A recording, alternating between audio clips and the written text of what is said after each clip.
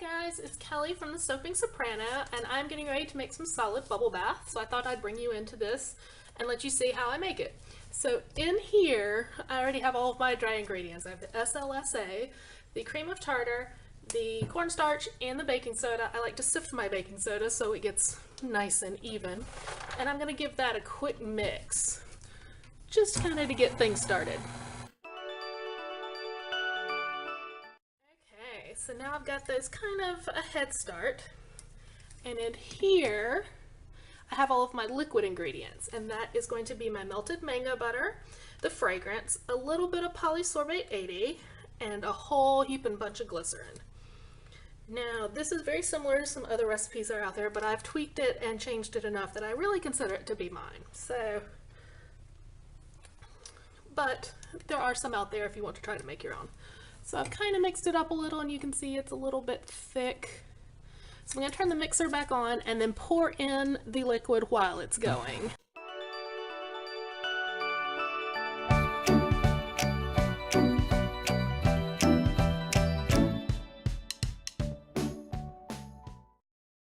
Okay, that looks like it's about good. If you look, if we pull it out, let me get some off the beater here. I have clumps that stick together nicely, but it's not too wet that it sticks to everything. So we're going to pull it out and separate it into my colors so that I can add my colors in just a minute. So I've weighed it out, and now I have 3 pretty much equal balls. So since I'm only making a single recipe, these are about 240 grams each. I'll be making 6 pieces of solid bubble bath with a couple little extras. So that's about it for this recipe. So I'm going to put one of them and keep it white. So I'm going to set him off to the side. And then I have one, I'm doing black raspberry and vanilla. So I'm going to do one that is black and one that'll be kind of a burgundy red color. So you see it, there it is. I'm going to put it back on, and I'm going to add some of Brambleberry's Merlot mica in there. And I think that should be enough. So I'm going to start it up again and let it mix.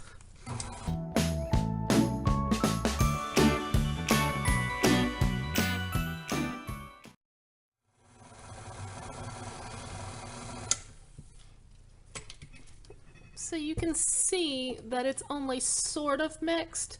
I'll do the rest of it by hand.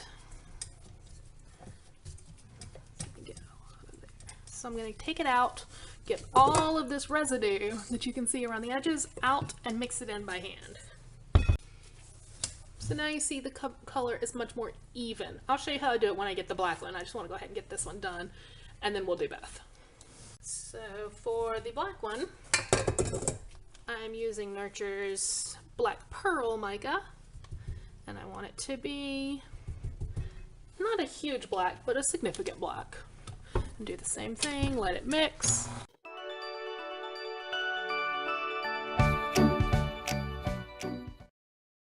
And that looks like it's pretty well incorporated. So let me take it out and I'll show you a closer up how I get everything out and mix it.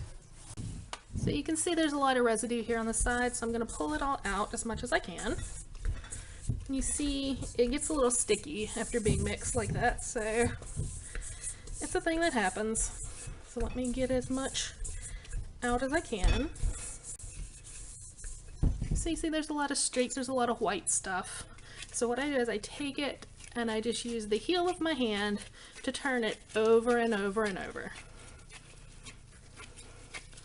And you keep doing this, and you keep doing this.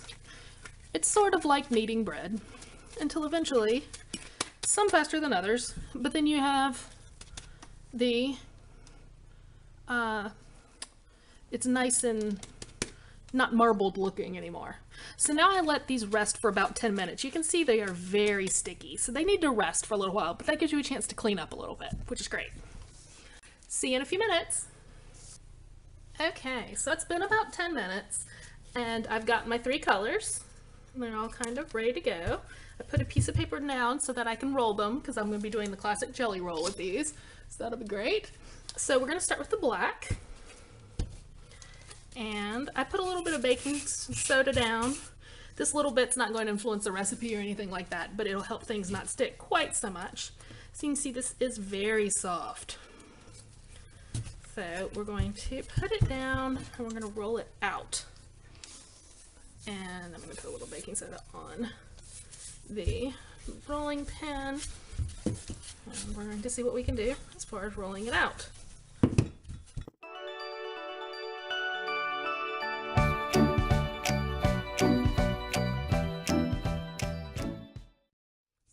To add the red and do the exact same thing. So there's a lot of different ways you can do this, but the way I like to do it is to just kind of crumble it all over so that I have a little bit everywhere and more or less an even layer. I know this is a super weird way to do it, but it's what works for me and it's what I like, so this is the way it's just going to happen.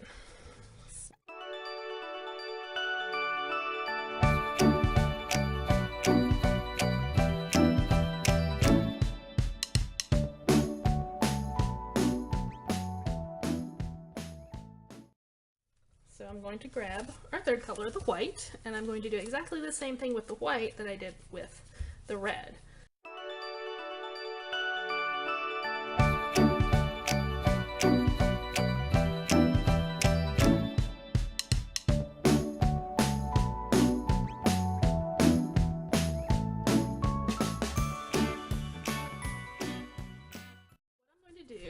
And anytime you make a jelly roll, we're going to start down here with this edge, and we're going to crease it over. I'm just rubbing that to help it stick and kind of adhere, and I like to kind of fix the issues as I go along. So I'm kind of massaging any cracks, making sure things that stick to the bottom kind of re-stick to themselves. This little bit of white from the baking soda is no big deal.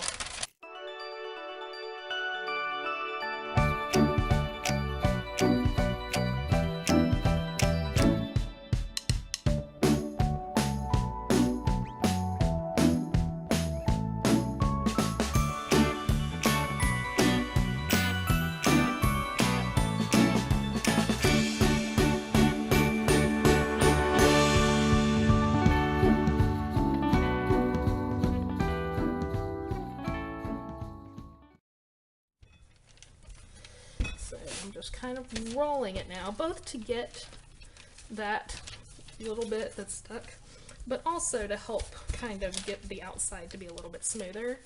You can see there's like some teeny tiny cracks, so I always like to just kind of rub it just very super gently, and things just kind of smooth out on their own.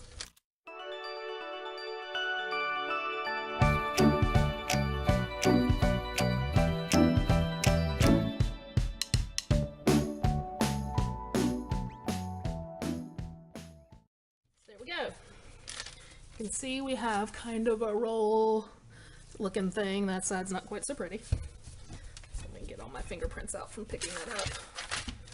And what I'm going to do now is I have a ruler, because I want this to be 6, and I want them to be each about an inch wide.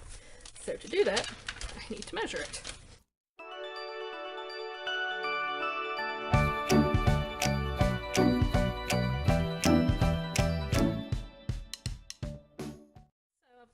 Knife here, and I'm just going to score it so I know where to cut it, and I'm scoring at each of the inches, and you'll notice there's a little extra on each end. That's intentional.